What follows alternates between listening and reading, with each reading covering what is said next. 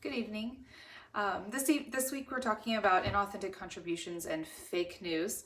An article was brought to my attention this week from the New York Times, and so while this wasn't in a social media feed and I don't have comments to go along with it, I just did want to draw attention to maybe not completely fake news, but just not the whole story. So the article that I read was about the drop in enrollment in public schools, and it's being linked to the COVID pandemic. And I found it interesting that no other reasons than the pandemic were listed for the drop in enrollment. Hubler in this article said that there was a 1.2 million student drop since 2020, which was coincidentally right around the pandemic.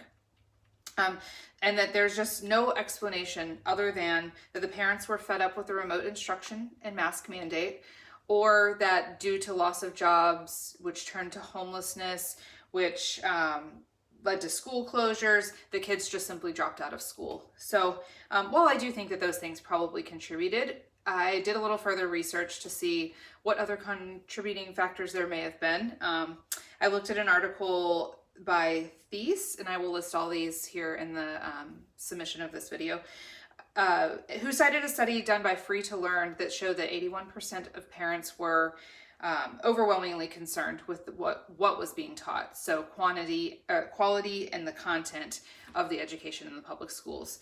48% of those parents were very concerned. So this just goes to show that an article can tell you reasons, but they may not be all of the reasons.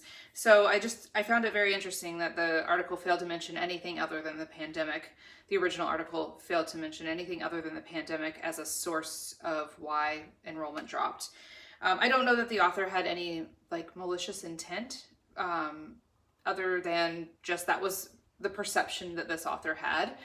I can't speak to what the intent was, or if there was any financial reason behind it, but I know that stuff does happen in media, that people are involved in financial ties to things. So it's hard to tell. As far as responding to it, if I were to respond to that article, which I probably wouldn't, knowing that I'm not very confrontational, I would probably just ask, there's no other things that you think might have contributed? Have we looked at this or looked at that? And she does cite that Florida specifically was one of the states that did not see huge drops and has seen a re-enrollment, and links that to the fact that Florida schools stayed open and didn't have mask mandates.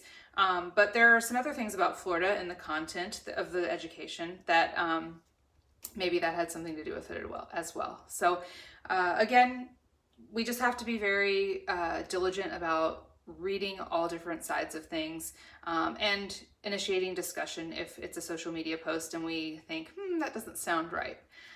Thank you very much.